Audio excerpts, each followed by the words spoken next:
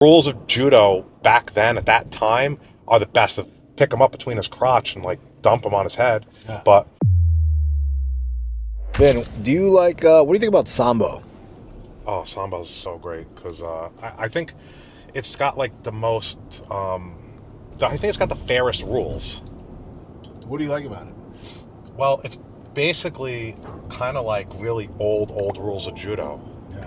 And the old rule, not old, but the old rules of judo, like when we were doing it, like in the late 2000s and stuff like that. That was like the best. That was like if somebody was asking me like, what's more fun, judo or wrestling? Yeah.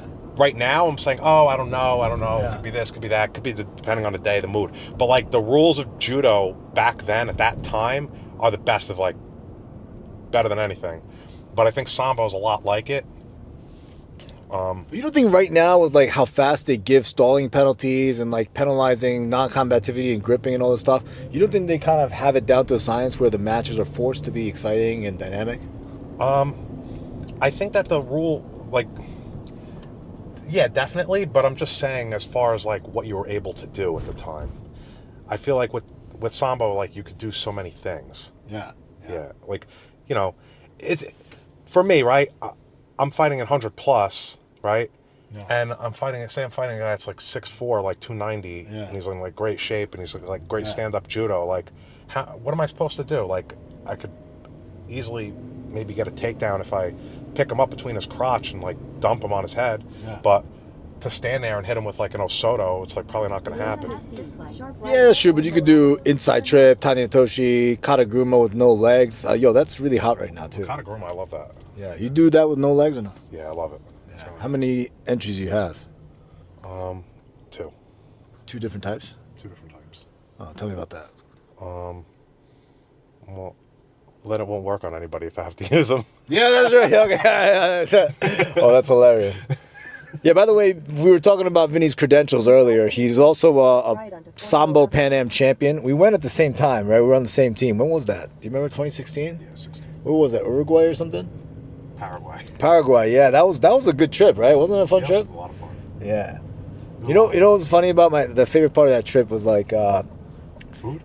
Well, the food was pretty good, but everyone was like, "Oh man, Vinny, you're an animal. You're so big and strong. And you were like, "No, guys, I got good technique." And then everyone's like, "No, you're just fucking big and strong," and you were kind of getting a little annoyed.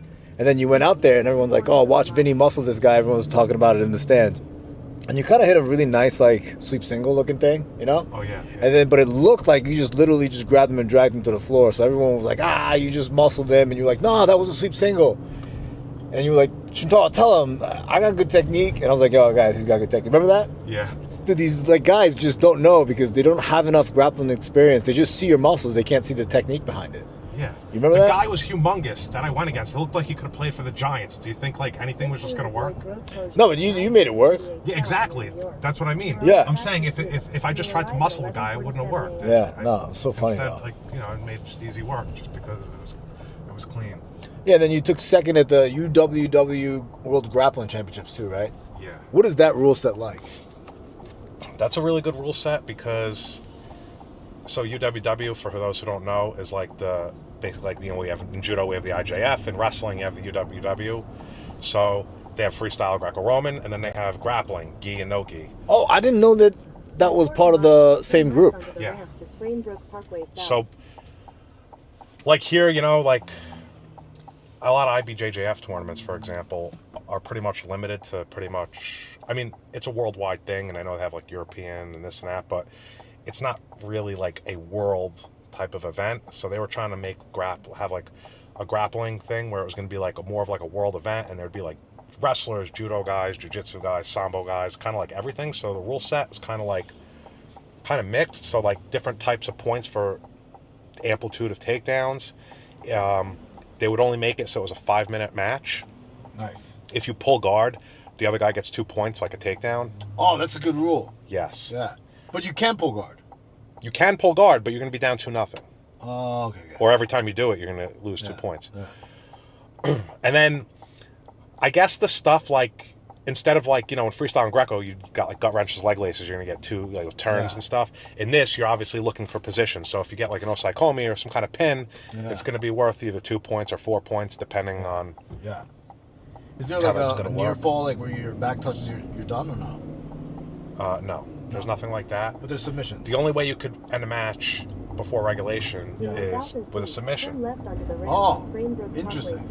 But they have, you could do chokes, you could do arm locks, you could do leg locks. You lead by a certain amount of points and then there was no tech fall. Wow. How many matches you had out there? Got 4. Nice. But to make it, it was pretty tough. So I got second, I guess. To be honest, I think making the team in the U.S. might have been harder. Oh, how?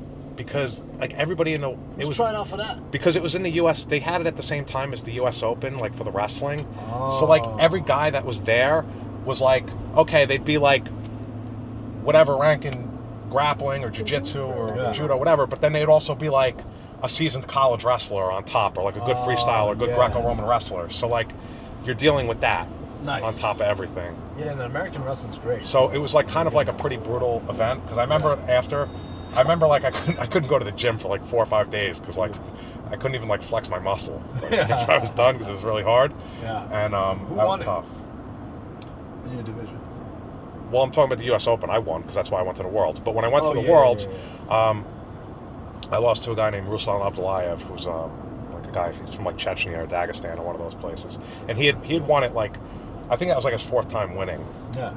And I was doing pretty good. Yeah. I was doing pretty good. I was ahead most of the match. And then, didn't you also compete in the Chidoba Championships in Georgia? Yeah. In Georgian wrestling? What was that like? Oh, that was pretty crazy. You wrestled Tushishvili, didn't you? Yeah, I went against Tushishvili. That's freaking nuts, man. He'll probably be at this thing that I'm going to right now. Yeah, he might win this thing. This Judo World. He's got a good chance. Yeah. Yeah, it was pretty good. I had some good matches there with a few guys, and then I ran into Tushishvili, so there's not much you could do about that. Yeah. But you kept it pretty close, didn't you? I held my own for like almost the whole duration of the match, which is pretty respectable. That's very respectful. Because, you know, I didn't, honestly, it was all right. After I watched him in some of his matches, like in Judo, I didn't feel so bad about it because I'm like, man, actually, maybe I did better than some of these guys do. Yeah, but some of his Judo stuff, he works off like the low sleeve for like drops and stuff like that. I was trying to like tie his arms up and stuff like that, and he was getting kind of pissed. Yeah, nice. But he's just so good. Like, he's got really, if you watch him, he's got like very good, clean technique, clean, perfect Judo, and he's also like a freak athlete on top of it. And he's very quick, has like a really good twitch, like super quick. Like you guys don't even realize how big the guy is too. Like when you see. How tall is he? He gotta be like 6'2", probably like 6'3", 6'4", maybe. Yeah, he's a big dude. Very lean, very muscular, very quick. Yeah. Really good twitch. Yeah. Like great Judo technique. Obviously, you could see like in his highlights, he's got like a vast array of good moves, and he hits them fast. I feel like the one guy that could upset Renier at the Olympics is Tushishvili. I feel like a guy like Teddy Renier would probably be like the most annoyed by the fact that he'd have to fight Tushishvili because it would probably require a lot of work on his end. Yeah. For sure. All right, Vin. Thank you for all the information. You're the man. And thank you for driving me to the airport. Anytime. Yeah. I don't know where I'm going to put this yet, but maybe YouTube. Okay. Vin doesn't even have an Instagram. You should get an Instagram, dude. Yeah, maybe I'll make one for this purpose. Yeah, just for the purpose of like showing technique.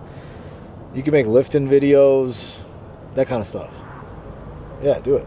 Yeah, do it, man. For sure. Be an international star, bro.